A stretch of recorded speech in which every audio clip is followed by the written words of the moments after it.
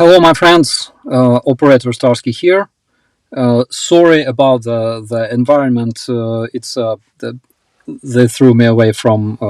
They threw me out from a girls' dorm, so I have to stream in such conditions.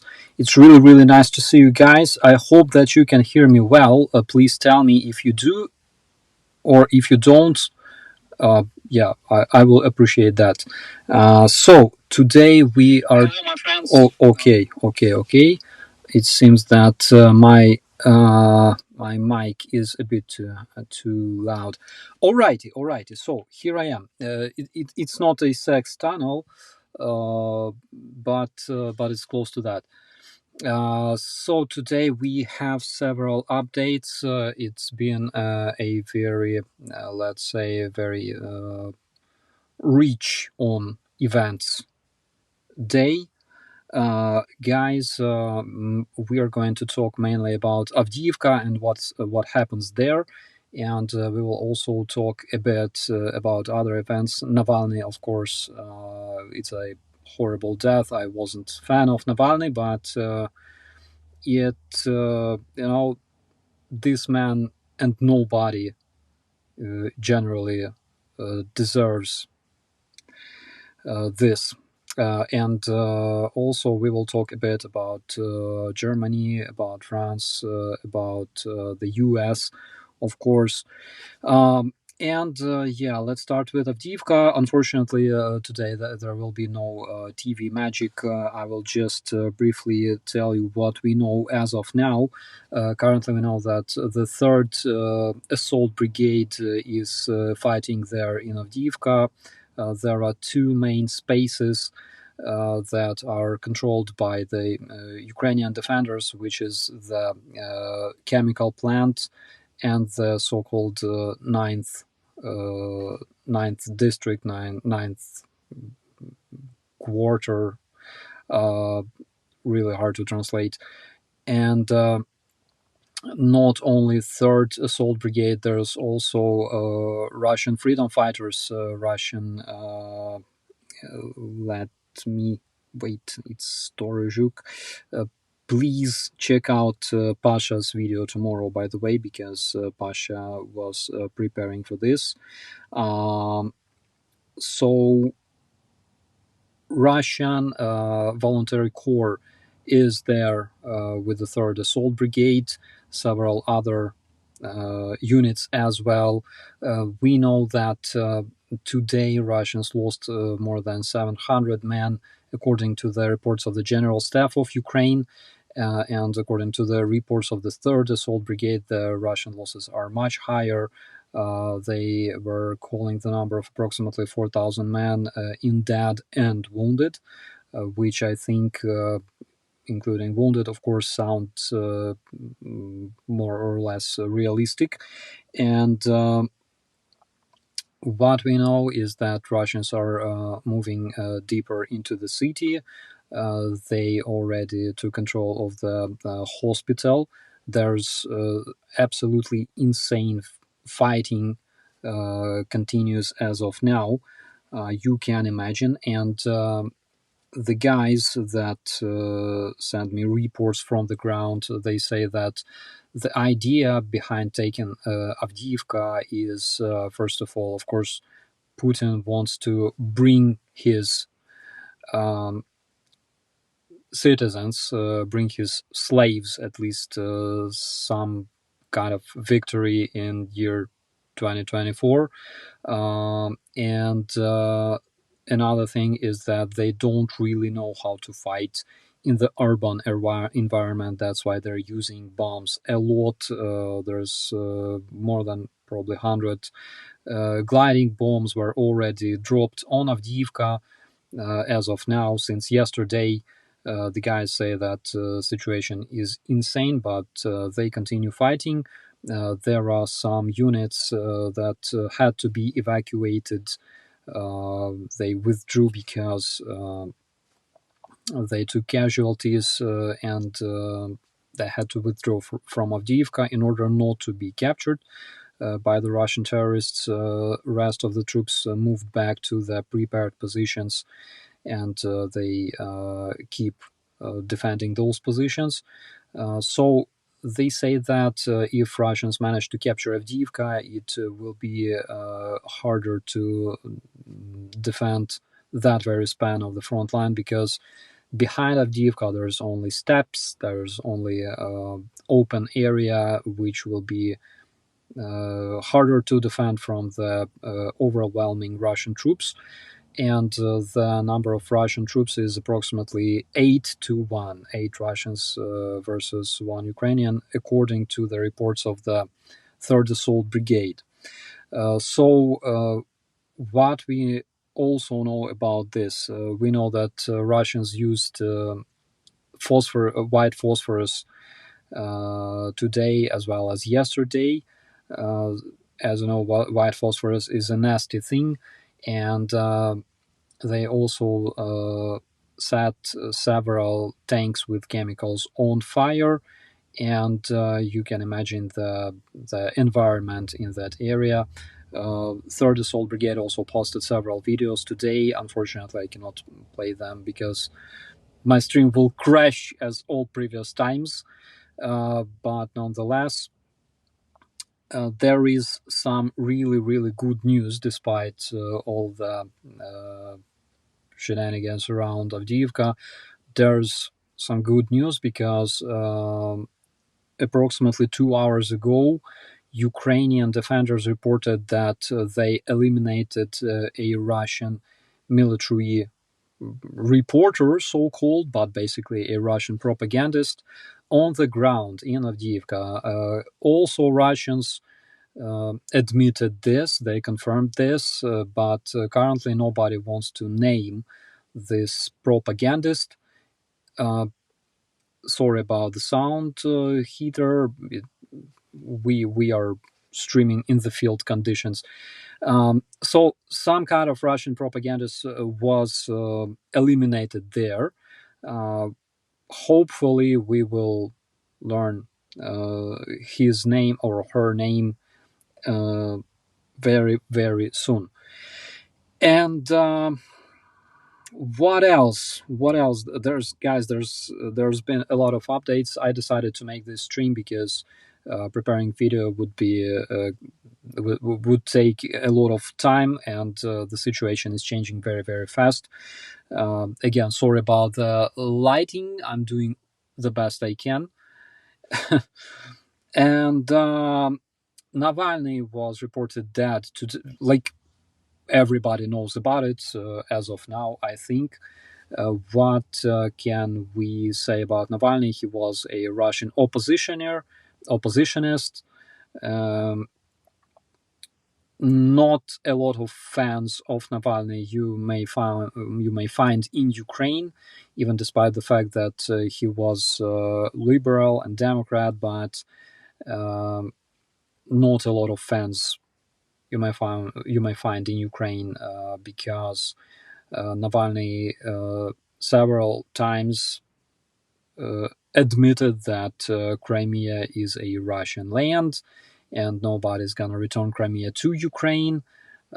So basically, it's like a disease that all the Russian liberal Democrats share, and this is, this Russian supremacy that is in their blood.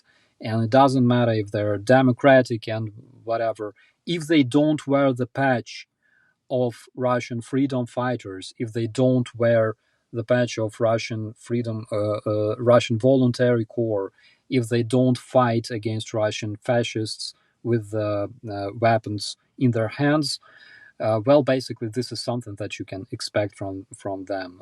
They keep repeating the same Russian claims about Crimea, same propaganda, only from a different standpoint, but basically same balls, only viewed from side. Okay.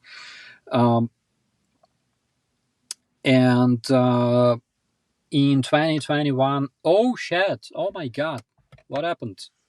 Guys, wait a second, I will bring it back. All right, no music, please. So in 2021, President Biden said that there will be very, very bad consequence for Russia if Navalny dies, and we will see that. Basically, I think that there will be really bad consequence for Russians, but not for Putin and not for Putin's elite.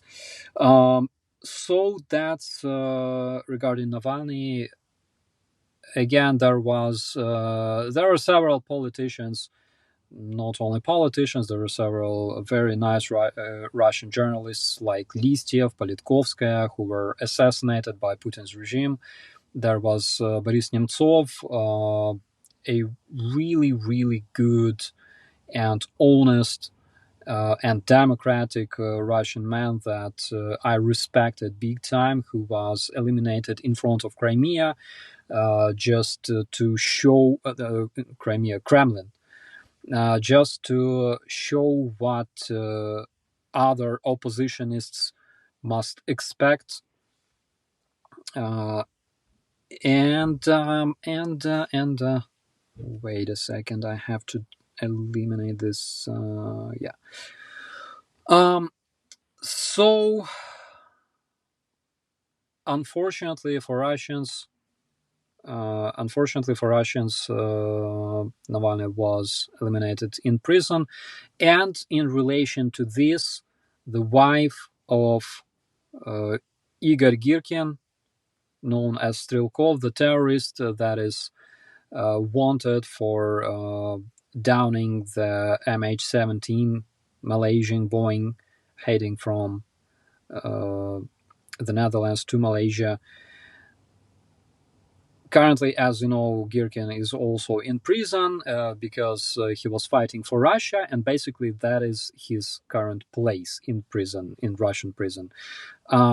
So his wife today said that she is worried for her husband, but what the hell? Like, it makes no sense. She should not be worried for her husband because her husband fought for Russia. Of course, his former masters will never kill him in prison, right? Not really. We have another update from Germany and France today. President Zelensky visited Germany. He's been to Berlin, where he signed a memorandum of security cooperation, collaboration with Germany. Then he went to France, where he signed the similar agreement with the French leader. And we also have information that Germany is passing a new military aid to Ukraine, which consists of 18 armored personnel carriers, 3 demining machines, 1 engineer tank, 10 UAVs Vector, 30 UAVs Hadron, 11 UAVs Primoka 1, 7 UAVs Songbird, and many, many other things, including 155 millimeter shells, including different computer equipment and things like that. Martin, thank you so much. There was a question about Starsky, question from Canada. I must say that I know Starsky from my commander, okay, through my commander, through third persons. And my commander told me that back in 2014, when there was this operation in Debaltseve, it's it's east from Svitlodarsk. So our troops were withdrawing from Debaltseve, and my commander, he was, I believe, a company commander back then. He said that he met Starsky back then because Starsky commanded this operation, and he said that he was a good leader. So I cannot say anything bad about Starsky. I'm a civilian guy now, guys. I'm a veteran officially, and I can talk about, I can criticize, I can say all kinds of shit about our officers and generals and command in general, but what I can say about Sirsky, he's a good commander, and he will do his best, just like he did during the defense of Kiev and Kiev Oblast, uh, that he was responsible for. So that's what I can say. Of course, General Zaluzhny cannot be supplanted 100%. He's a legendary person. Everybody loves and respects General Zaluzhny. Uh, Again, absolutely legendary personality who was eliminated thousands times by the Russian Shaheds and missiles and assassins, but he managed to return to life every single time. He's an immortal Ukrainian general, and we all love General Zaluzhny. He will always remain in history of the world, not only of Ukraine. It, it's absolutely obvious. Oh my God, my phone is running out of charge.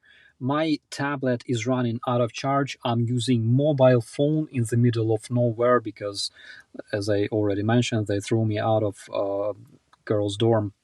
Uh, so yeah, again, there's another message that the Russian terrorists already confirmed that some Russian propagandists, some big Russian propagandists, got eliminated in Avdiyivka.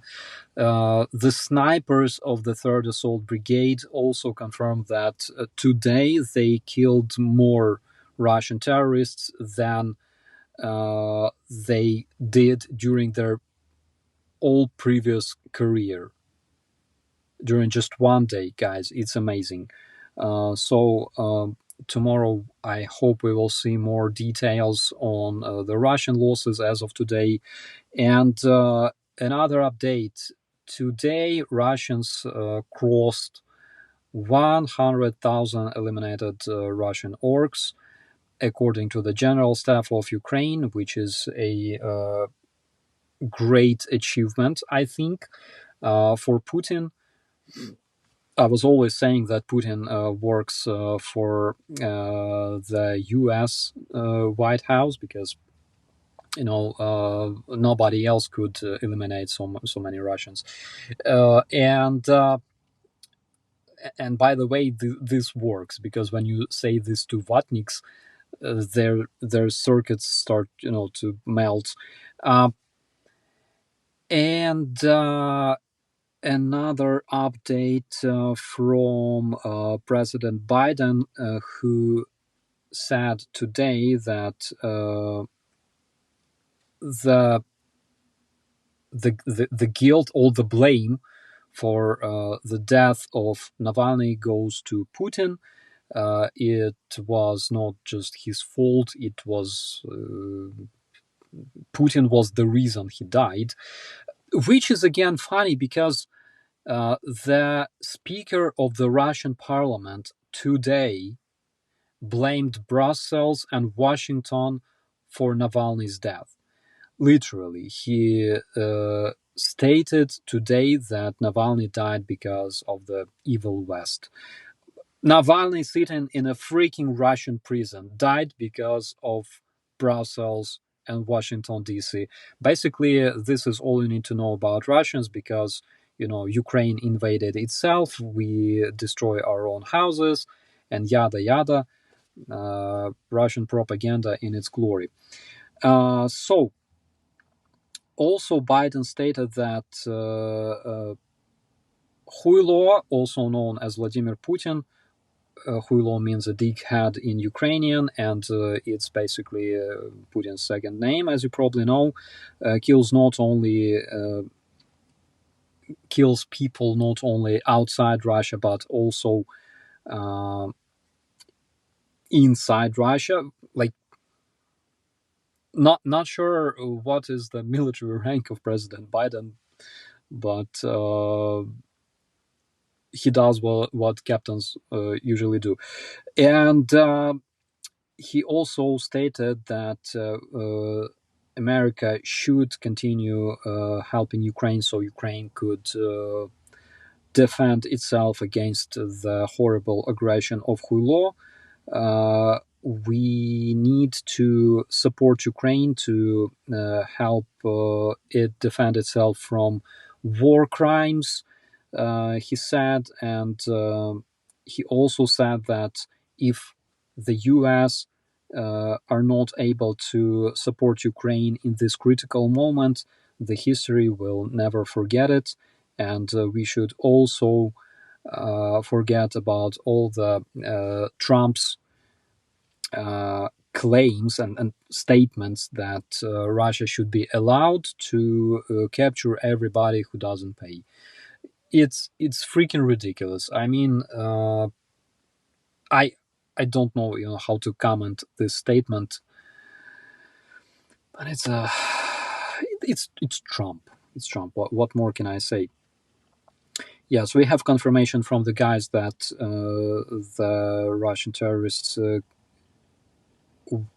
captured the city park of Avdiyivka and took control over the hospital, and they continue to move deeper into the city.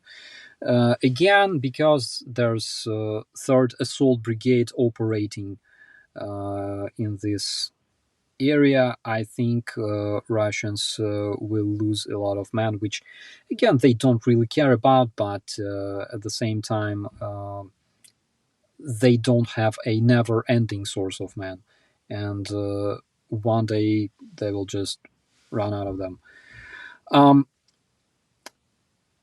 Okay, unfortunately I cannot show you this video. On the other hand, why not? Because holy shit, I can. So in this video, you can see a bunch of military women that, according to the title of this video, they were sent to the front lines. And basically, this one that talks, you can even see her makeup. And they all nag about being sent to the front lines in Ukraine. Of course, they're wearing Ukrainian pixel. And right now, right about now, you will see another woman sitting just next to this one. She's crying because she's terrified, because she is being sent to the front lines by the inhumane regime of Kiev. There she is. She's crying, and like she's crying so realistically, so even I believe this. But the problem is the flag is not a Ukrainian flag. It doesn't look like that. So basically, I think Russians could work a bit more with their actors, and like they don't even know how like the freaking flag looks like. Oh my god. I think, guys, I think that like the best Russian propagandists were mobilized and burned somewhere in Bakhmut last year. Oh, so this is it. The thing, and we also have report from the British intelligence, the British Ministry of Defense. They confirmed the infographics that I published yesterday in my video, in my update. They confirmed that during their attempt to take control over Avdiyivka, Russians lost at least 400 tanks, armored personnel carriers, and other vehicles, also thousands of personnel. So the northern group of the Russian troops around Bakhmut, it's a Bakhmut. Situation in Bakhmut is also, I would say, intense. They try to attack towards the west from the northern outskirts of Bakhmut. And obviously, they are attempting to take control over the Chasiv Yar, which looks approximately like Marianka today. Chasiv Yar, it was a very nice place, I remember, during the anti-terrorist operation and joint military operation in Chasiv Yar. There was like a headquarters for Ukrainian command, and currently this town is a ghost town as of today. Okay, guys, I think I see that the connection is buffering. I'm really, really sorry about this. It was not meant to be a long stream tonight. Also, I would like to holy shit, I'm forgetting the English words, guys. I have to practice more. I would like to transfer. That's the word, guys. To transfer you to the video by Pasha. Pasha is back, thank God. So I will just drop the link into the chat so you guys could see that. I told Pasha that he should set back the stream probably until tomorrow. So that's Pasha's stream. Please check it out. I hope that he will set it to stream today. God, I have to practice more. People. Stream is as robust as Navalny's diet in Siberia. Holy shit. that was a nice one. Okay, guys, with that, I don't want to torture you anymore with this horrible connection. Thank you so much for being with me tonight. It's just a short update about the situation in Avdiyivka, and I'll try to keep you updated as much as possible. We'll see you next time, and as always, guys, be safe. See you later.